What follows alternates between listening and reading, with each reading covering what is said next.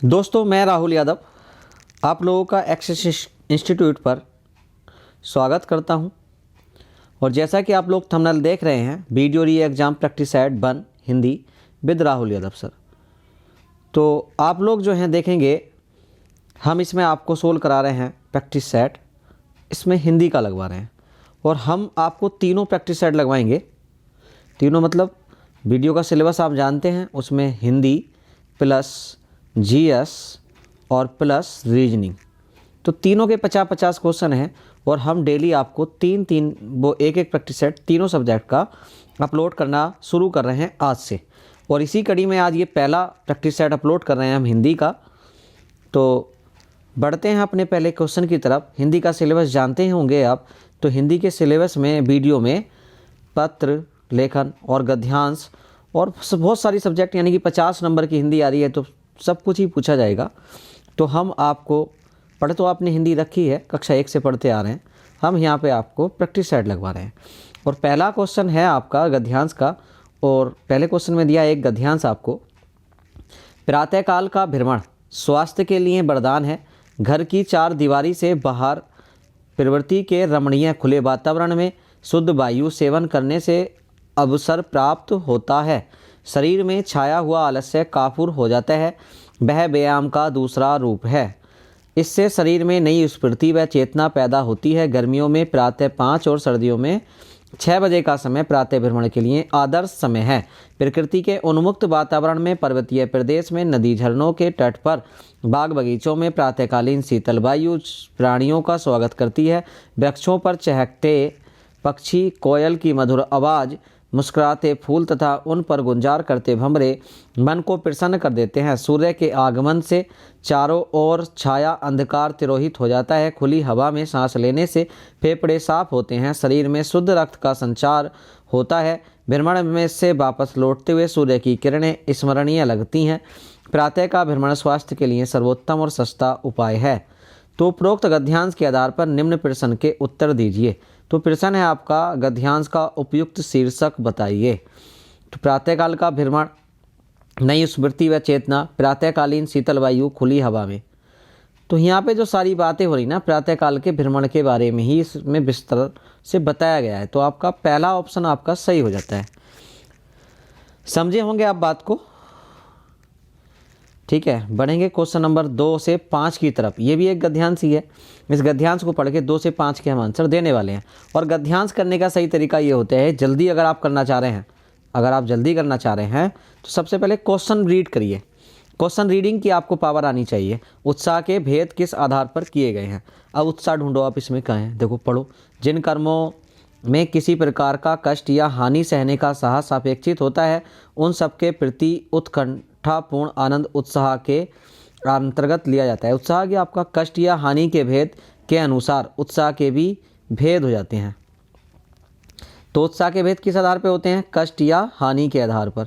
साफ साफ लिखा हुआ मिला था हमें, ऑप्शन नंबर डी हो जाता है। युद्ध वीरता के लिए किस प्रकार की प्रवृत्ति अपेक्षित है? तो युद्ध वीरता हमने यहाँ तक पढ़ लिया था। उत्साह के भेद हो जाते हैं। साहित्य मीमांसकों ने इसी दृष्टि से युद्धवीर, दानवीर, दयावीर आदि इत्यादि भेद किए हैं। इसी दृष्टि से इनमें से सबसे प्राचीन और प्रधान युद्ध वीरता है, जिसमें आघात, पीड़ा, मृत्यु की परवाह नहीं रहती। इस प्रकार वीरता का प्रयोजन अत्यंत दोनों चरम उत्कर्ष पर पहुंचते हैं, पर केवल कष्ट या पीड़ा सहन करने के साहस से ही उत्साह का स्वरूप स्फुरित नहीं होता। उसके साथ आनंदपूर्ण प्रयत्न या उसकी उत्कंठा का योग चाहिए। तो देखो, युद्ध वीरता के लिए किस प्रकार की प्रवृत्ति आवश्यक है? चतुराई और भीरुता, कोई ज़रूरत नहीं है ऐसी। चंचलता और अस्थिरता, धृष्टता और साहस, साहस और प्रयत्न, और कष्ट सहने का धीरज।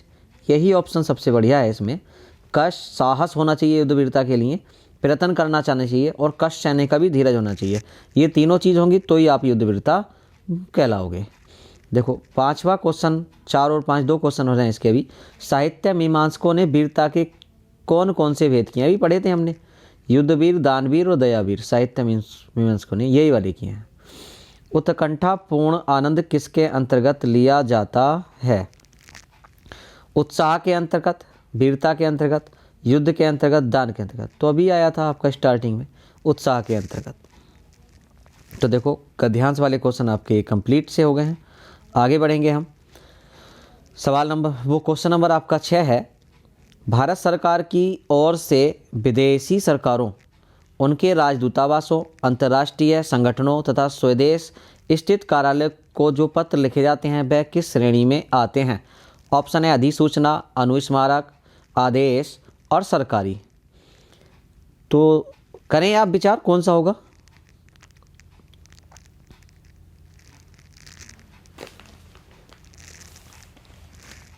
तो समझ रहे होंगे आप बात को।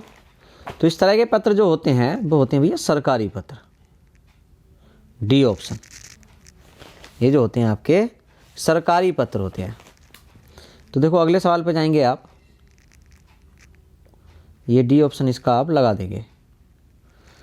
जब किसी अधिकारी का ध्यान किसी सरकारी मामले की ओर व्यक्तिगत तौर पर आकर्षित करना होता है तब किस तरह के पत्र लिखे जाते हैं? तो भैया वो होते हैं आपके ऑप्शन देखो आप क्या है, अशासकीय पत्र, कार्यालय ज्ञापन, टिप्पणी, शासकीय पत्र। तो मैं आपको पत्र पढ़ा दूंगा एक दिन को, सारे पत्र कितने प्रकार के होते हैं। तो ये होते हैं अर्धशासकीय पत्र। जब किसी अधिकारी का ध्यान किसी सरकारी मामले की ओर व्यक्तिगत तौर पर आकर्षित करना हो तो उसे आप शासकीय नहीं लिखेंगे, अर्धशासकीय लिखेंगे। ठीक है।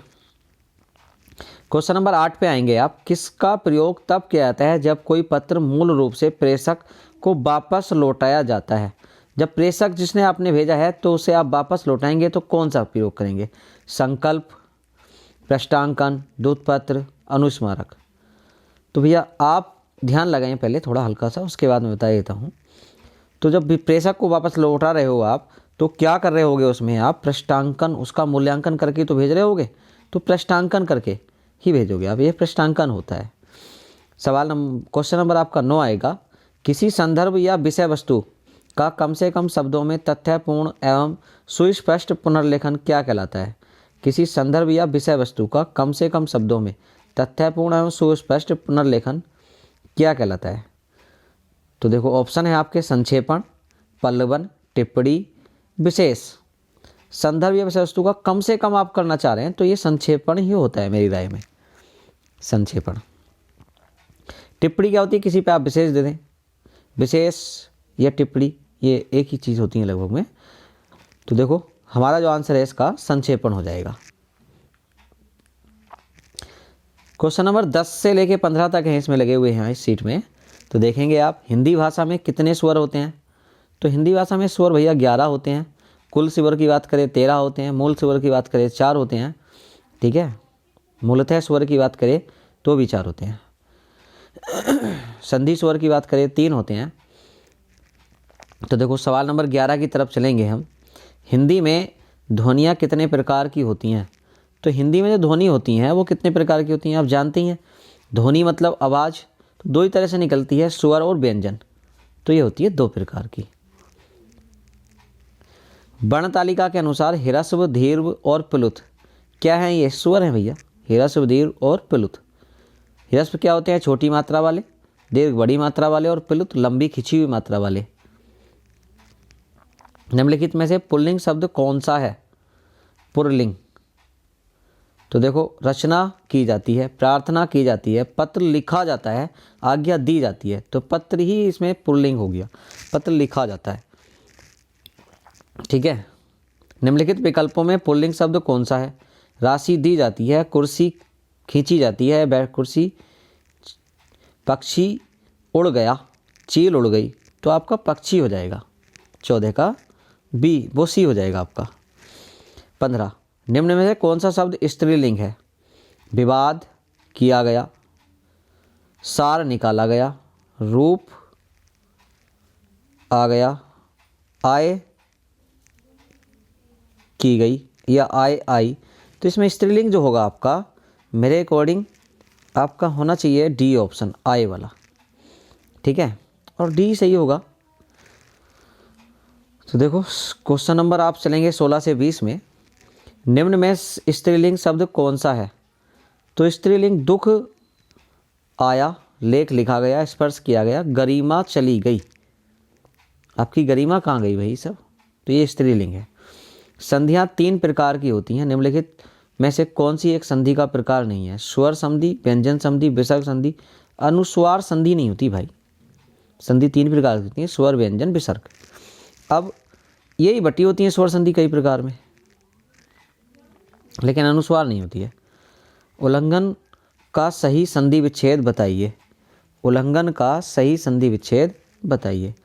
तो उत प्लस लंघन, जिस पे हलंत लगा होगा वो वाला होगा, उत प्लस लंघन। तो देखो क्वेश्चन नंबर 19 पे आएंगे आप। निम्नलिखित शब्दों में से स्वर संधि को पहचानिए। स्वर संधि, तो विद्या प्लस आल्य, आ प्लस आ, इसी में जोड़ें तो यही हो जाता है स्वर संधि, विद्यालय। वरना सदगति सब हलंत और आधे वाले हैं, तो ये तो होंगे ही नहीं। सवाल नंबर 20 देखेंगे आप। क्वेश्चन नंबर 20, पौ प्लस अन किस संधि का उदाहरण है? ऐसा अयादी संधि में ही आता है। ऐसा अयादी संधि में ही होता है। तो देखो भाई, आप 21 से 25 की तरफ आ जाएंगे। अब यथाविधि में कौन सा समास है? यथाविधि, तो यथा मतलब पहले ही शब्द पे जोर दिया जा रहा है, तो अव्ययी भाव समास आपका बन जाएगा यहाँ। गुरुदेव शब्द में समास कौन सा है? तो गुरुदेव मतलब इसका अर्थ निकल गया तीसरा। गुरुदेव मतलब पढ़ाने वाला या विचार आपको ज्ञान देने वाला, तो ये आपका कर्मधारय हो जाएगा। अधिमानता में प्रयुक्त उपसर्ग बताएं। उपसर्ग क्या होता है? जो शब्द के शुरू में लगता है, शब्द के शुरू में लगता है। तो इसमें क्या लगा हुआ है? अधि प्लस मानता, तो यह आ जाता है आपका अधि हो जाएगा।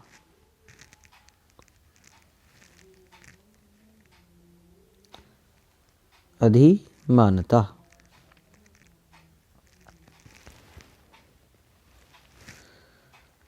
देखो सवाल क्वेश्चन नंबर आएगा आपका 24, संकल्प शब्द में उपसर्ग बताइए। तो आप उपसर्ग मैंने बताया अभी पहले कि उपसर्ग जो होता है वो शुरू में लगता है। संकल्प, तो सम प्लस कल्प, सम प्लस कल्प, हलंत लगा हुआ, सम प्लस कल्प, इसमें सम में पे हलंत होगा, ये आपका उपसर्ग है। औपचारिक शब्द में प्रत्यय लगाए। प्रत्यय कहाँ लगता है? पीछे लगता है शब्द के, तो ये होता है इक। औपचारिक, औपचार प्लस इक, तो इक हो जाएगा आपका। बढ़ेंगे आप 26 की तरफ। 26 है आपका, निम्नलिखित में किस शब्द में नी प्रत्यय नहीं लगा?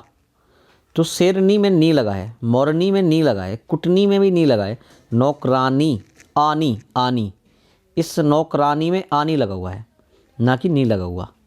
ठीक है। 27 देखो आप। निम्नलिखित में से कौन सा शब्द तत्सम नहीं है? तत्सम क्या होते हैं भाई, जानते हैं आप? जो तत्सम और तद्भव, तत्सम होते हैं संस्कृत वाले और तत्सम हिंदी, तद्भव हिंदी वाले। तो इसमें आँख जो है ना आपका, आँख, ये आपका तत्सम नहीं है, अक्ष होता है वो। 28, निम्नलिखित में से कौन सा शब्द तत्सम है? अग्र तत्सम है। निम्नलिखित में से विदेशी शब्द कौन सा है? गरीब, अमीर, ये विदेशी शब्द है। राज्यपाल में कौन सी संज्ञा है? राज्यपाल एक जाति को बताता है, तो जातिवाचक संज्ञा है। इनमें से भाववाचक संज्ञा तप, भरत, तीर, चिंता। चिंता जो दिखती नहीं लेकिन खा जाती है आदमी को, ये भाव ही तो है आदमी का, ये भाववाचक हो जाती है आपकी। तो देखो क्वेश्चन नंबर 32, पुरुषवाचक सर्वनाम के कितने भेद हैं? पुरुषवाचक सर्वनाम के कितने भेद हैं? आपके 3 भेद हैं पुरुषवाचक सर्वनाम के। वह सोते ही जान जाएगा मैं वह सर्वनाम है। वह सोते ही जान जाएगा मैं वह सर्वनाम है। तो वह जो है पुरुषवाचक सर्वनाम है, वो नहीं। 33 का निजवाचक सर्वनाम है, निजवाचक। 34 देखेंगे आप। पापी में कौन सा विशेषण है? पापी ये गुण को बताता है भैया। पाप जो है ना, पाप पुण्य, सारे गुण को बताते हैं, ना कि संख्या को क्या बताएगा, नंबर बताएंगे। सार्वनामिक ये भी नहीं है, परिणाम जो निकल के आता हो, कुछ किलो में तुलता हो। तो ये आप जो आपका है गुण है, ये गुणवाचक। निम्न में से कौन सा क्रिया विशेषण का भेद नहीं है? कौन सा क्रिया विशेषण का भेद नहीं है? स्थानवाचक, परिणामवाचक, जातिवाचक, रीतिवाचक। जातिवाचक संज्ञा में पढ़ा होगा आपने। तो 35 का आपका सी हो जाता है। मोह शब्द कौन सा विशेषण है? तो मोह भी गुणवाचक में ही आता है। मोह जो आता है आपका वो भी गुणवाचक में आता है। तो देखो आ जाएंगे 37 से, मीरा जोर से हंसी, यह वाक्य किस क्रिया का समुचित उदाहरण है? मीरा जो है ना जोर से हंसी है। अब इसके आगे कुछ है तो नहीं भैया, अकर्मक ही होगा, क्योंकि क्रिया के आगे कोई जब वो नहीं लगा होता तो वो क्या कहलाता है? अकर्मक लगा होता है। निम्नलिखित में से क्रिया विशेषण है, तो अंधेरा, धीरे धीरे, चाल चलन, सुंदर। तो धीरे धीरे क्रिया विशेषण आपका है इसमें। उनके बिना तुम कुछ नहीं हो, वाक्य में संबंध बोधक शब्द कौन सा है? तो जो संबंध जोड़ा है दो लोगों में, यहाँ पे जो संबंध जोड़ा है आपका वो जोड़ा है बिना। कौन सा समुच्चय बोधक अव्यय नहीं है? अर्थात, अतएव, अथवा। तो आप जो बचता है इनमें से, इन तीनों के अर्थ एक जैसे होते हैं। आजन्म, आजन्म ये समुच्चय बोधक नहीं है।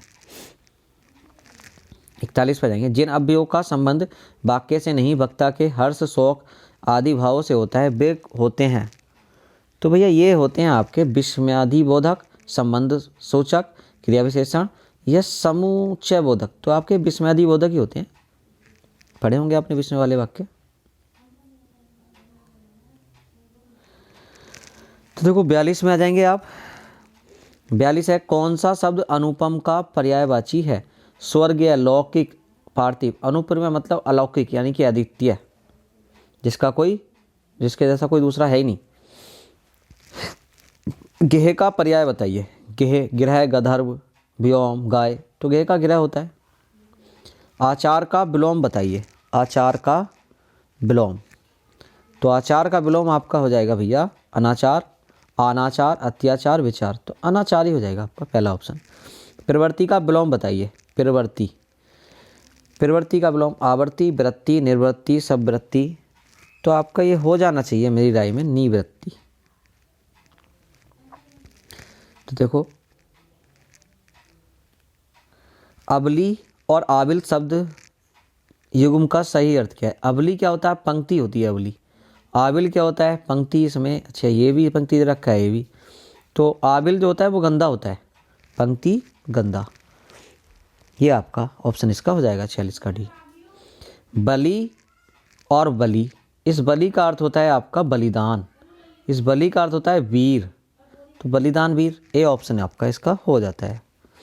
48 प्रत्यय वह शब्दांश है जो किसी शब्द के बाद में जुड़ा होता है। जो किसी शब्द के बाद में जुड़ा होता है प्रत्यय, उपसर्ग शुरू में जुड़ा होता है भैया। कौन सा शब्द शुद्ध है? अंताक्षरी। अंताक्षरी दे रखे हैं चारों, देखो तो आप बताएंगे कौन सा शुद्ध है। तो अंताक्षरी में आपका अंत्याक्षरी होता है। निम्न में से शुद्ध शब्द बताइए। पूजनीय, पूजनीय, पूजनीय। तो इसका सी ऑप्शन हो जाएगा मेरी राय में। ठीक है। तो देखो वीडियो आपको अच्छी लगी हो तो आगे शेयर करें, अच्छी ना लगी हो तो भी शेयर करें। लगने लगेंगी कुछ समय बाद, क्योंकि हम शुरुआत कर रहे हैं आज ये हिंदी की, और हम आपको प्रैक्टिस सेट करा रहे हैं वीडियो के लिए। और जल्द हम दूसरा प्रैक्टिस सेट अपलोड करेंगे जीएस का, उसके बाद करेंगे रीजनिंग का। धन्यवाद।